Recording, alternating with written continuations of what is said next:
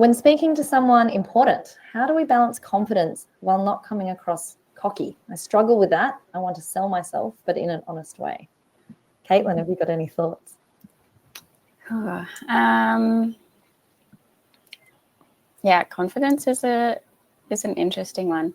I think what I like to remind myself of when I'm having conversation with anyone is that they're a person too.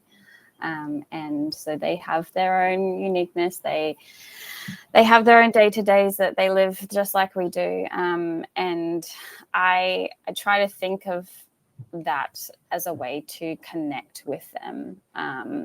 So obviously you have your things you're coming with, and you should be proud of that. But at the end of it, I feel like connecting with a person is the most helpful way to put yourself out there and for them to understand who you are and for you to understand who they are as well. You're obviously putting yourself out there, but they're also getting to know you.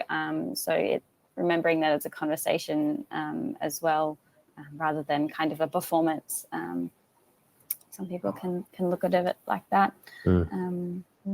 Yeah, I suppose that's a bit of a broad one. So that's it feels uniquely Australian too, doesn't it? It always feels like does.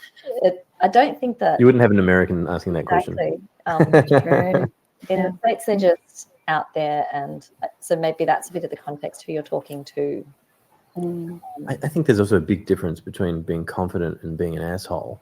You know, you should be confident in who you are and what you're doing and bringing your whole self to those conversations, because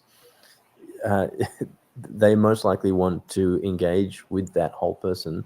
And by the time that you're working with them, they're going to find out who you are. So you might as well be humble, be transparent, but be confident in what you're bringing to the table. Expressing your value as genuinely as possible, I guess.